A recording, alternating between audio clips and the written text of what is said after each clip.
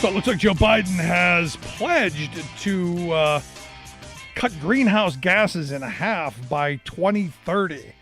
That is a huge commitment. And the idea, bring the rest of the world on board to our commitment to dealing with climate change. And look, there's been some big news this week already. You had Cecil Roberts, head of the Mine Workers Union, yesterday come out and say that they're going to work with Biden to try and move some of those, get some of those coal miners, those green jobs, get some training money. That will help the state of West Virginia, which I think is a good thing. I wish it was 6 years ago so we wouldn't have had to deal with the Trump years, but better late than never. Anyway, here to share some thoughts on, well, what we do with our climate and also the good news, Joe Manchin coming around on the PRO Act. I've asked Josh Ward to come talk with us. Josh is the president of the West Virginia AFL-CIO. Josh, thanks for taking time for us. Thank you for the opportunity to be here, Rick. So, big news on the Manchin front. Signed on to the PRO Act. I said originally, I can't imagine how he couldn't sign on to it, being from West Virginia, and with the labor history that you guys have got there. I couldn't imagine how he couldn't sign on to that. Not really surprised. You know, Joe Manchin has a 90% voting record over his life in Congress there. And so, you know, look, we started discussions with him last summer, well in advance of the 2020 general election. Started having discussions with him and his team. Then we, you know, sort of took a break for election activities. Then after the Georgia special election, we re-engaged with Senator Manchin and his team and had a number of good conversations informally. Last Friday, I had a Zoom meeting with Senator Manchin, with myself and my entire executive board, and we formally asked him to co-sponsor the PRO Act. And, you know, I thought that it may take a little longer for him to get back to us. It happened pretty quickly. He reached out Monday morning, and he and President Roberts from the UMWA were going to have an event sometime on Monday with the press club, I believe, and he made his announcement then. Obviously, we're very pleased. We're tickled to death. We appreciate his support on this. And look, we recognize that, you know, this is just the first step. I try to stay as far away from D.C. politics as I possibly can, quite honestly, because we have so much to focus on here in West Virginia. And the attacks that we've seen from our governor and state legislature over the last few years has been detrimental to the labor movement here. So we try to stay focused on things here in West Virginia, but, you know, we're very pleased and thankful for Senator Manchin to step up to the plate and co-sponsor the PRO Act. No, I'm right there with you. But, you know, you bring up your governor and the attacks that have happened there. For me, the PRO Act is to undo some of the damage that the Republicans in your state have done. And Jim Justice himself, that your governor, has come out and said, look, you know, we did right to work because they said all these jobs were coming. It didn't come. We did away with, you know, some prevailing wage because we were told that was going to help. It didn't work. None of these gimmicks work. Can we just admit that now and move forward with getting something to give people a right to fight for better wages, hours, conditions, and move our economy forward? I'm kind of hoping that he gets called to Congress to testify because he said what we all know to be true, that right to work is a gimmick.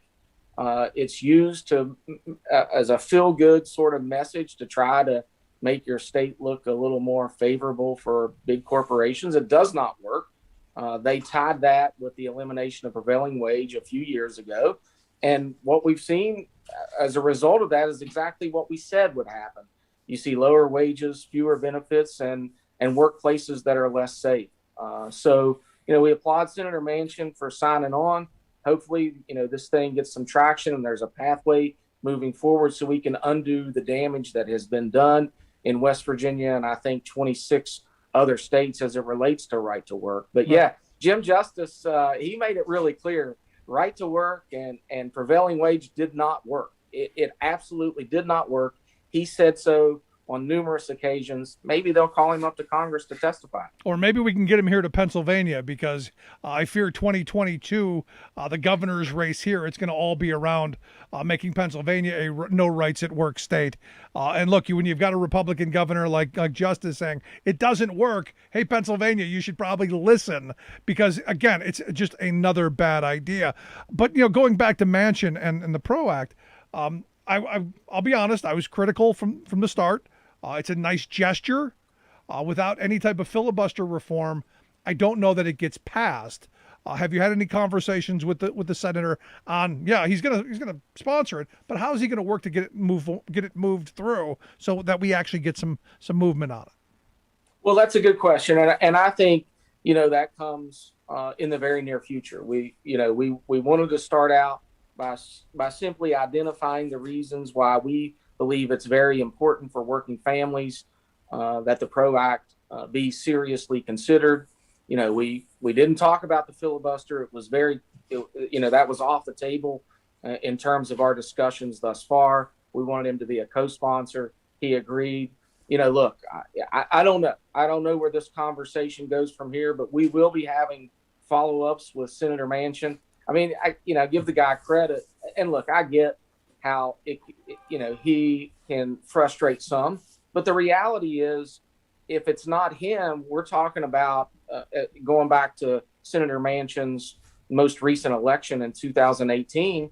He beat a horrible attorney general here in West Virginia that would have been another puppet for Mitch McConnell to use however Mitch wants to in the United States Senate. So look, we're in the game here, and trust me, we do not want a guy like Attorney General Patrick Morrisey up there, because it's bad for workers. And I appreciate Senator Manchin stepping up when we asked him to. No, I'm with you. Look, as harsh as I am to Joe Manchin, I'm grateful that he is where he is, because this would be a Republican Senate right now without him.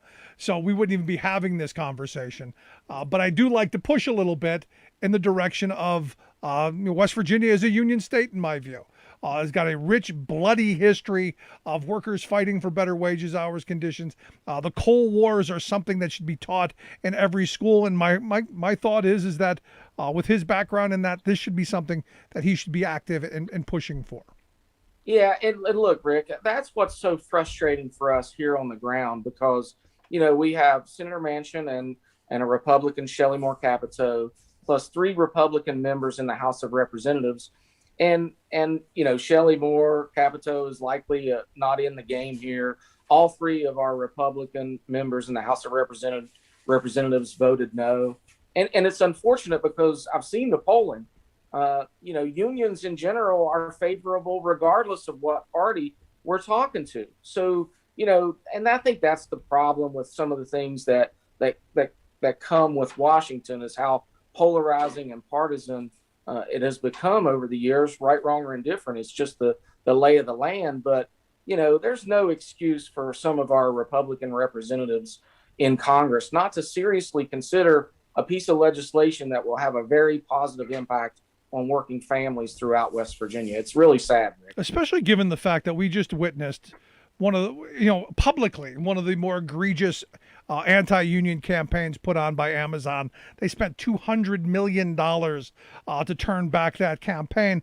And now we find out the RWDSU is filing charges for things that we know that they do. The intimidation, the threatening of layoffs, the threatening of closures, all of the loss of benefits, all of the things that they threaten that if the PRO Act were to pass, they wouldn't be able to do. They wouldn't be able to hold these captive audience meetings where they can threaten and intimidate. They wouldn't be able to plaster the bathroom stall, literally the bathroom stalls, with anti-union propaganda and have felons walking around with sandwich boards on the shop floor. It would be as it was when my grandparents' generation were creating the most prosperous working class in history. And that's where I want to go back to. Well, look, Rick, I think that's a great example to discuss as we talk about the PRO Act, because there are a number of things in the PRO Act that would address some of the tactics, some of the illegal and wrong tactics that were used in that organizing campaign. I don't know, what the future holds, as it relates to Amazon workers. But what I know about organizing in West Virginia is that all we want is a level playing field. We're tired of the odds stacked against us. And, the PRO Act addresses that. It gives us a fair shot. And we know that the best way to a middle class job is through the labor movement, through a union, through having that voice in the workplace. I listened to your intro here, and you were exactly right. An individual is not going to be successful in doing so. It's been tried over and over and over again, and it's failed almost unanimously. You've got to have that collective voice. This is a real opportunity to give workers a chance to have a seat at the table. And that's all we're asking for. Well, look, we're not asking for the moon here. We're just asking for a level playing field. The PRO Act delivers on that. Hopefully, we can figure out a way to get it through and help working families. Rising tide lifts all ships. Yeah. And, the labor movement built the middle class, and we've got our work cut out for us, given the odds that are stacked against us right now. As I always say, I don't want to make a killing. I just want to make a living. That's all. It seems pretty simple to me. I do want to change gears real quick because Cecil Roberts yesterday did come out and say that he's going to work with the Biden administration on some green energy jobs.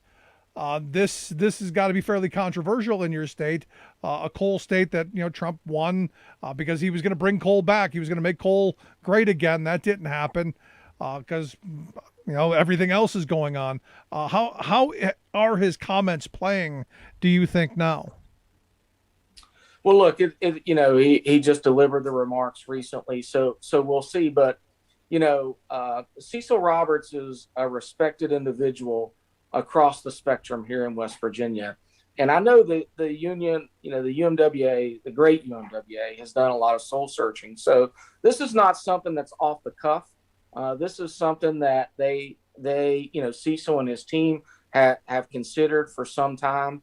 Look, President Trump went all over Appalachia and elsewhere and promised to deliver and bring coal jobs back to the community. Last time I checked, I believe there were more coal company bankruptcies filed while Donald Trump was president as opposed to the 8 years that President Obama was president. And we lost even more coal jobs as a result of that. So, people bought into Senator Trump's rhetoric that he was going to bring coal jobs back. It didn't happen.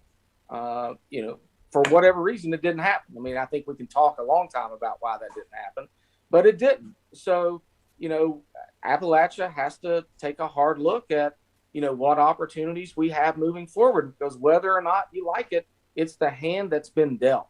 So I appreciate President Roberts and folks at the UMWA for taking, a positive initiative here. Look, this is still going to not set well. There's still people throughout West Virginia and other coal communities in the United States of America that believe that coal is going to come back in some capacity to the way it was when it was booming. And I'm not sure that's a realistic approach. I applaud President Roberts for making a bold statement, and, we'll see where it plays out. But, he's a well-respected individual throughout West Virginia. So his words have meaning, and I think it gives us a real opportunity to be in the game, to be at the table. And I think that's first and foremost where he's coming from. We've got to be at the table, and I couldn't agree with him more on that. It's critically important for coal communities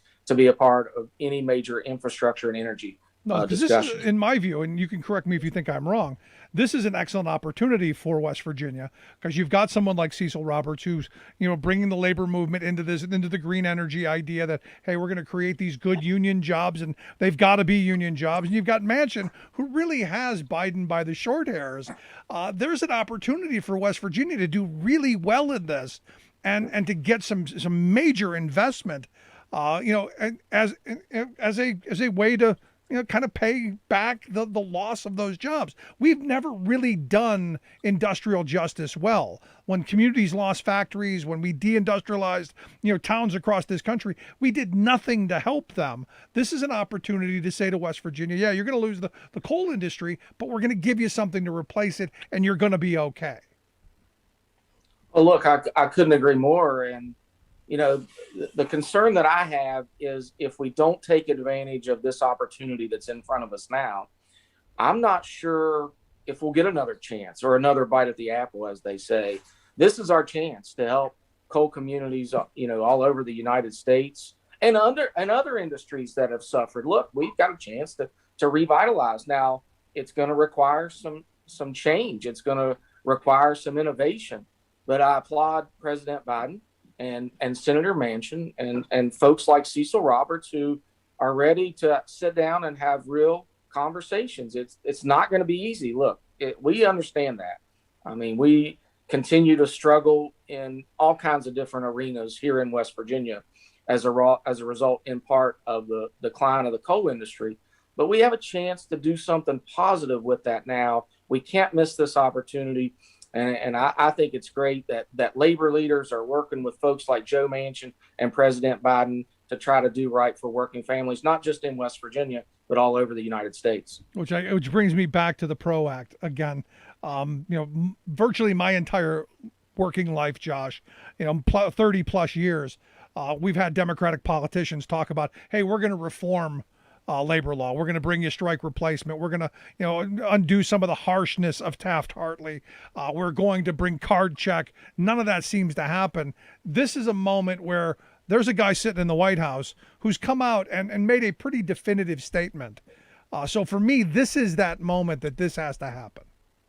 I couldn't agree more. This is that moment. And, we've just got to figure out how to get there.